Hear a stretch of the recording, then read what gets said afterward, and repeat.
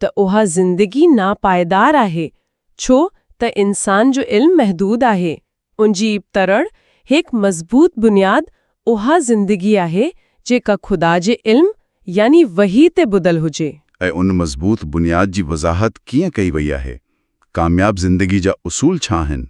बयान मूजिब उन बुनियाद ते बुधल ज़िंदगी जो 3 वॾियूं शयूं आहिनि। पहिरीं आहे काइनात जो सभ खां वॾो इल्म। ऐं वो छा आहे? उहो आहे ख़ुदा खे ॼाणण ऐं सुञाणण।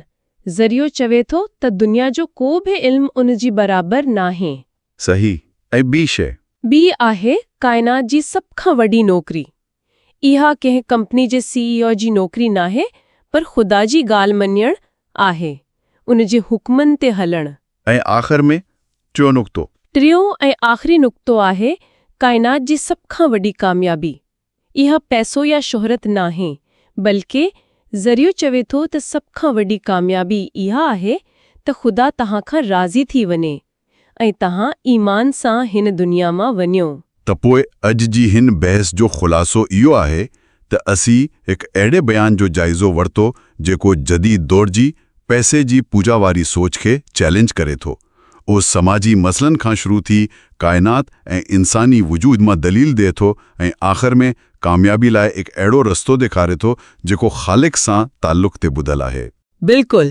ऐं हिन सॼे गुफ़्तगू खां पोइ हिकु सवाल ज़हन में अची थो जंहिं ते असांजा ॿुधंदड़ सोची सघनि था। हे बयान दलील ॾिए थो त काइनात ऐं हयातियात में ख़ालिक जो निशानियूं आहिनि। सवाल इहो आहे त अॼु जी जदीद मालूमात सां भरियल दुनिया में माण्हू पंहिंजी ज़िंदगी खे बामानी बनाइण लाइ कहिड़े क़िस्म जा सबूत ॻोल्हनि था ऐं इहे सबूत कंहिं किथां मिलनि था? साइंस मां, फ़लसफ़े मां, मज़हब मां या ज़ाती तजुर्बनि मां? अॼु असां वटि जेको मवादु आयो आहे उहो जदीद दौर में कामयाबी ऐं सुकून जी ॻोल्हा बाबति आहे। इन जो जवाबु काइनात ऐं इंसान जी तख़लीक़ में अल्लाह जे निशानियुनि में ॻोल्हे वियो आहे। हा, ऐं इन में ख़्याल तमामु गहरा आहिनि, पर अचो त इन ते ॻाल्हायूं त इनखे ॿुधंदड़नि लाइ वधीक असराइतो कीअं बणाए सघिजे थो। बिल्कुलु। सभ खां पहिरीं ॻाल्हि जेका मूंखे महसूस थी उहा हुई उनजी तरतीब। हा, मूंखे बि उहो ई लॻो। ख़्याल तमामु ताक़तवर आहिनि, पर उहे हिक ॿिए सां गढ़ियल नथा लॻनि। ऐं जीअं मोती त तमामु क़ीमती आहिनि, पर धागो कमज़ोर आहे। सही मिसाल ॾिनो तव्हां। हिकु लम्हे में मग़रबी मुल्कनि में मायूसी जी ॻाल्हि थिए थी, ॿिए लम्हे में काइनात जी वुसअत जी, ऐं पोइ ओचितो इंसानी अखि जी बिनावट। ऐं उहो ई मसइलो आहे। ॿुधंदड़ जो ज़हन एतिरी तेज़ी सां मौज़ू तब्दील थियण ते परेशान थी सघे थो। ख़ासि तौर ते पैसो मुंहिंजो ख़ुदा आहे वारी क्लिप खां पोइ सिधो सुणो काइनात जी तख़लीक़। ताल्लुक़ त आहे, पर उहो वाज़े नाहे। त पोइ असांजो पहिरियों नुक़्तो उहो आहे त तक़रीर जी जोड़जक खे वधीक असराइतो बणाई सघिजे थो ताजे ॿुधंदड़नि लाइ मुख्य पैगाम खे सम्झण ऐं यादि रखणु आसान थी वञे। बिल्कुलु। मुंहिंजो ख़्यालु आहे त असांखे ॿुधंदड़ खे हिकु सफ़र ते विठी वञणु घुरिजे, हिकु मंतकी सफ़र। सफ़र? दिलचस्प ख़्यालु आहे। उहो सफ़र कीअं हूंदो? उनजो नक्शो कीअं ठाहींदासीं? ॾिसो, सफ़र हमेशा हिकु सुञातल जॻह खां शुरू थींदो आहे। असांखे शुरूआत उतां करणी पवंदी जिते ॿुधंदड़ अॻु में मौजूदु आहे, यानी जदीद दुनिया जी बहरान खां। अच्छा, त पहिरियों हिस्सो हूंदो जदीद दुनिया जो बहरान, यानी पहिरें मसइले खे वाज़े कयो वञे। हा, मादी परस्ती, रूहानी ख़ाल, अमरीका में मंशियात जो इस्तेमाल, स्विट्ज़रलैंड जहिड़ी अमीर मुल्क में ख़ुदकुशी। जॾहिं ॿुधंदड़ खे मसइले जी गहराई जो अहसासु थींदो, तॾहिं ई उहो हल ॿुधण लाइ तयारु थींदो। सही, पर उनसां तक़रीर थोरी मनफ़ी या मायूस कंदड़ न थी वेंदी? उहो सुठो सवाल आहे, पर असां इनखे मायूसी तौरु न, पर एक तशख़ीस तौरु पेश कंदासीं। जीअं डॉक्टर इलाज खां पहिरें बीमारी ॿुधाईंदो आहे, उहो बुनियाद खे मज़बूत कंदो आहे। ठीकु आहे, त पोइ बुनियाद रखण खां पोइ असांजो ॿियो क़दम छा हूंदो? मसइलो बयानु करण खां पोइ असां ॿुधंदड़ खे उन तंग माहौल मां ॿाहिरि कढंदासीं, काइनात जी वुसअत में। यानी ॿियो हिस्सो हूंदो काइनात जी तख़लीक़ में निशानियूं। बिल्कुलु। हिते इहे सभु मिसाल अची सघनि था। सूरज जी तवानाई, 1 सेकंड में 50 करोड़ एटम बम जी बराबर, 7.5 अरब मीलन जो शमसी निज़ाम, 90 अरब नूरी सालनि जी काइनात। ओहो, या त हिकु तमामु वॾी तब्दीली हूंदी, मसइले जी तंग गलियनि मां निकिरी काइनात जी वुसअत ताईं। पर हिकु आम ॿुधंदड़ इहो कीअं ॻंढींदो त सूरज ऐं सितारनि जो मुंहिंजे ज़िंदगी जे मसइलनि सां कहिड़ो तालुक़ु? उहो ई त असांजे सफ़र जो टियों हिसो आहे ऐं सभ खां अहम। अच्छा, उहो कीअं? ॿिएं हिसे में असां ॿाहिरि जी दुनिया ॾेखारी, हाणे टीं हिसे में असां अंदर जी दुनिया ॾेखारींदासीं, यानी इंसान जी तख़लीक़ जो मोजिज़ो। वाह, यानी काइनात जी वसत खां पोइ इंसान जी पंहिंजे वजूद जी पेचीदगी ॾाणा। हा, असां चवंदासीं त जेको ख़ालिक अहिड़े वॾे काइनात खे हलाई रहियो आहे, उन्ही ख़ालिक तव्हां खे बि अहिड़े ई कमाल सां ठाहियो आहे। हिते नुतफ़े खां जनम, अखियुनि में 13 लख केबल्स, मोरिस बुकाई जी कहाणी, इहे सभु ॻाल्हियूं अची वेंदियूं। ही त हिकु मुकमल दाइरो बणिजी वियो, मसइले खां शुरू करे काइनात ज़रिए इंसान जी पाणे वजूद ताईं। पोइ इन सफ़र जी मंज़िल छा हूंदी? आख़िरी हिसो? आख़िरी हिसो आहे मंज़िल, नतीजो ऐं अमल जी दावत। हिते असां सभिनी ॻाल्हियुनि खे गॾु कंदासीं त हिकु तरफ़ इंसानी इल्मु आहे जेको नाकाम थी रहियो आहे, ऐं ॿी तरफ़ अल्लाह जो इल्मु जिन जा सबूत हर हंधि आहिनि। ऐं पोइ ॿुधंदड़ खे हिकु वाज़े इंतिख़ाब ॾिनासीं। तमामु बहितरीन। ही जोड़जक वाक़ई पैगाम खे वधीक यादगार बणाई सघे थी। हा, ऐं सिर्फ़ मालूमात न, पर हिकु कहाणी बणिजी वेंदी। बिल्कुलु, पर हिकु सुठी जोड़जक सां गॾु उन जे अंदरि ॾिनल दलीलनि जो बि मज़बूत हुजणु ज़रूरी आहे न? यकीनन। इन हवाले सां मुंहिंजो ॿियो नुक़्तो आहे, तक़रीर में साइंसी हवालनि ऐं ज़ाती मुशाहिदनि खे गंजण वारी दलील खे वधीक मज़बूत करे सघिजे थो। हा, तव्हां सही ॻाल्हि कई। अंग अखिर तमामु ताक़तवर आहिनि, जीअं अखियुनि में 13 लख केबल्स, पर जंहिं तरीक़े सां इन्ही पेश कया विया आहिनि उहो थोरो सिधो सेधो आहे। सिधो सेधो मतलब त उहो ईअं थो लॻे, साइंस ही चवे थी इन करे ही अल्लाह जी निशानी आहे। ही हिकु दावो आहे, हिकु शकी ज़हन रखंदड़ ॿुधंदड़ उनखे रद्द करे सघे थो। त पोइ असां उन खे दावे का दलील में कीअं तब्दील करियूं, उन पुल खे कीअं मज़बूत बणायूं? मुंहिंजो ख़्यालु आहे त असांखे साइंस खे सबूत तौरु पेश करण बदिरां इन खे सम्झण जो हिकु नओं दरवाज़ो तौरु पेश करणु घुरिजे। अच्छा, यानी असां इहो चऊं त जदीद साइंस असांखे क़ुरान जी ॻाल्हियुनि खे वधीक गहराई सां सम्झण में मदद करे रही आहे? बिल्कुलु, ही साइंस खे ईमान जी मुख़ालिफ़ तौरु न, पर उनखे सम्झण जी हिकु मददगार तौरु पेश कंदो। छा तव्हां इन जो को मिसाल ॾेई सघो था?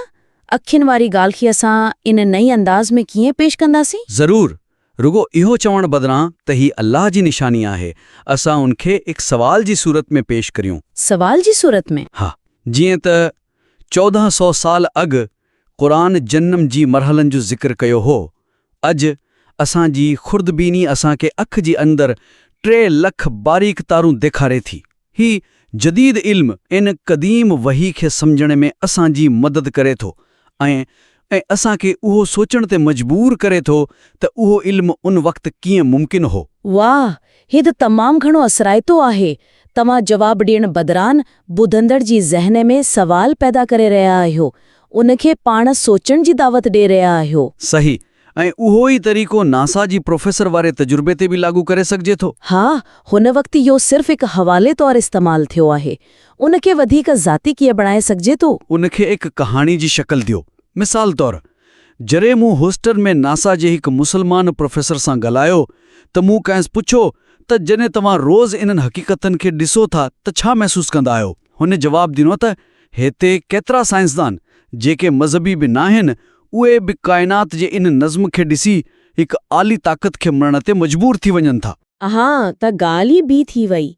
हे सिर्फ़ हिकु हक़ीक़त नाहे, पर हिकु ज़ाती अहसास आहे।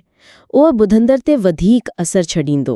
बिल्कुलु, इन मां हू वाज़े थींदो त ईमान ऐं साइंस हिकु ई हक़ीक़त खे ॾिसण जा मुख़्तलिफ़ दरीचा आहिनि। तमामु बहितरीन। त असां वटि हिकु बहितर जोड़जक आहे ऐं दलील पेश करण जो हिकु बहितर तरीक़ो बि। हाणे अचूं था आख़िरी ऐं सभ खां अहम हिसे ते, पजाणी। हा, पजाणी अक्सर करे सभ खां वधीक नज़रअंदाज़ थियल हिसो। मुंहिंजो टियों नुक़्तो उहो आहे त तक़रीर जी पजाणीअ खे वधीक जामे ऐं सिधो सोनियो अमल जी दावत ॾींदड़ बणाई सघिजी थो। तमां बिल्कुलु सही चयो। हुन वक़्तु तक़रीर अखियुनि जी पेचीदगी जे ज़िक्र सां ख़तमु थिए थी। उहो नुक़्तो ताक़तवर त आहे, पर उहो सॼी तक़रीर जो ख़ुलासो नाहे। हा, ॿुधंदड़ एतिरी मालूमात खां पोइ उहो सोची सघे थो त ठीकु आहे, पर हाणे मूंखे छा करणु घुर्जे। उहो हाणे छा वारो सवाल तमामु अहम आहे। ऐं जेकॾहिं उहो जवाबु न मिलियो त तक़रीर जो असरु घटिजी वेंदो। हिकु सुठी पजाणीअ में 2 शयूं हुजणु घुर्जनि। कहिड़ियूं 2 शयूं? हिकु ख़ुलासो ऐं ॿियो अमल जी दावत। पहिरीं ॿुधंदड़ खे यादि ॾियारियो त असां कथा शुरू कयो हो, मादी प्रस्ती जी नाकामी खां, ऐं कहिड़ा सबूत ॾिठा। अच्छा, यानी सुजे सफ़र खे मुख़्तसर तौर वरजाइण और पोइ अमल जी दावत, उहा केतिरी सुधी हुजणु घुर्जे? उहा तमामु सादी, ज़ाती ऐं अमली हुजणु घुर्जे। का वॾी तब्दीली आणण लाइ न चइजे, सिर्फ़ हिकु नंढड़ी सोच खे तब्दील करण जी दावत। छा तव्हां अहिड़े पुॼाणी जो हिकु मिसाल ॾेई सघो था? ज़रूरु, पुॼाणी कुझु हिन तरह थी सघे थी। असां ॾिठो आहे त पैसे जी पोजा सुकून नथी ॾिए। असां काइनात ऐं पंहिंजे वजूद में हिकु अज़ीम ख़ालिक जूं निशानियूं ॾिठियूं आहिनि। त पोइ अॼु जो सुवाल उहो नाहे त छा अल्लाह मौजूदु आहे, पर उहो आहे त असां उनजे इल्म खे पंहिंजी ज़िंदगी जो बुनियादु कीअं बणाईंदासीं। मां तव्हांखे सिर्फ़ हिकु कमु करण लाइ चवां थो। ईंदड़ 24 कलाकनि में जहिड़े बि को फ़ैसिलो करियो, हिकु लम्हे लाइ रोकी ऐं सोचो त मुंहिंजो इल्म छा थो चवे ऐं अल्लाह जो इल्म छा थो चवे। उहो ई हक़ीक़ी कामयाबी जे सफ़र जो पहिरियों क़दम आहे। यह हिकु तमामु ताक़तवर पुॼाणी आहे। उहा सुधी तक़रीर खे सहेड़े थी और ॿुधंदड़ खे हिकु तमामु सादो ऐं अमली क़दम बि ॾेई थी। हा, उन सां पैगाम सिर्फ़ ज़हन ताईं न, पर ज़िंदगी ताईं पहुचंदो।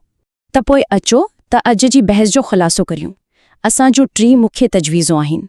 पहिरीं, तक़रीर खे हिकु मंतकी सफ़र जी शक्ल ॾियो, मसइले खां शुरू करे हल ताईं। बिल्कुलु। ॿियो, साइंसी हक़ीक़तनि खे हिकु अहिड़ी दरी तौरु पेश करियो जेका असांखे ईमान खे वधीक गहराई सां समुझण में मदद करे। सवाल पैदा करियो, न रुॻो जवाब ॾियो। ऐं टियों, तक़रीर खे हिकु जामे ख़ुलासे ऐं हिकु सादी, ज़ाती ऐं अमली दावत सां ख़तमु करियो त जीअं तव्हांजो पैगाम ॿुधंदड़ जी ज़िंदगी में शामिल थी सघे। असांखे उमेद आहे त ही तजवीज़ूं तव्हांजे हिन बहितरीन कम खे वधीक असराइतू बणाइण में मददगार साबित थींदियूं। जेकर तव्हां इन्हनि तब्दीलियुनि खे लागू करण खां पोइ ही मवाद ॿीहर असां ॾांहुं मोकिलणु चाहियो त असांखे इंजो ॿीहर जाइज़ो वठण में ॾाढी ख़ुशी थींदी। दी डिबेट में भलीकार। अॼु असां अहम उन ॻाल्हि ते गौर कंदासीं त छा साइंसी ॼाण ऐं मादी तरक़ी, छा इहे वाक़ई इंसान खे हक़ीक़ी सुकून ऐं कामयाबी ॾेई सघनि थियूं? ही बहस मौलाना तारिक जमील जे बयाननि मां निकितल मवाद ते ॿुधरल आहे। हा, ऐं असांजो मरकज़ी सवाल चइजे त ही आहे त छा काइनात जी साइंसी समझ ऐं मादी खुशहाली, छा इहे ज़िंदगी जे बुनियाद लाइ काफ़ी आहिनि, या हक़ीक़ी कामयाबी जो दारोमदार कहिड़े अहला ताक़त मतलब त ख़ुदा जी इल्म ऐं उनजी मंझता ते आहे? मुंहिंजो मौक़िफ़ उहो आहे त साइंसी दरियाफ़्तुनि असल में ख़ुदा जे वजूद ऐं उनजी लामहदूद इल्म जी साबिती ॾियनि थियूं। जॾहिं असां काइनात जी पेचीदगियुनि खे ऐं इंसानी तख़लीक़ जे अजाइबनि खे ॾिसूं था त असांखे हिकु अज़ीम डिज़ाइनर नज़र अचे थो। मुंहिंजे ख़्याल में हक़ीक़ी सुकून ऐं कामयाबी सिर्फ़ उनखे मञण में ई आहे। ऐं मां इन खे थोरो मुख़्तलिफ़ निगाह सां ॾिसां थो। जॾहिं त काइनात बिलाशुबा हैरत अंगेज़ आहे, पर साइंसी वज़ाहतनि खे मज़हबी अक़ीदे सां गढ़णु हिकु फ़लसफ़ियाती चोंट आहे। उहो कोई मंतिकी नतीजो नाहे, ऐं उहो चवणु त मादी तौर ते तरक़ी याफ़्ता समाजनि में ख़ुशी जी खोट सिर्फ़ ख़ुदा खां दूरी जे करे आहे, इहा हिकु तमामु सादी ॻाल्हि लॻे थी जेका ॿिनि पेचीदा समाजी ऐं नफ़्सियाती सबबनि खे नज़रअंदाज़ करे थी। चङो, अचो त मुंहिंजी पहिरीं नुक़्ते खां शुरू करियूं। ॾिसो, जॾहिं असां काइनात खे ॾिसूं था त उहो कंहिं इत्तेफ़ाक़ जो नतीजो नथो लॻे। साइंसदान असांखे ॿुधाइनि था त काइनात जा बुनियादी क़ानून जीअं कशिश शकल जी ताक़त या एटम जे अंदरि क़ुव्वतूं, इहे हिकु तमामु नाज़ुक तवाज़ुन ते क़ाइमु आहिनि। जेकॾहिं इहे ज़र्रो बे मुख़्तलिफ़ हुजनि हा त सितारा, सियारा ऐं ज़िंदगी उहो कुझु बि वजूद में अची न सघे हा। मवाद में सिज जो मिसाल ॾिनो वियो आहे जेको ज़मीन खां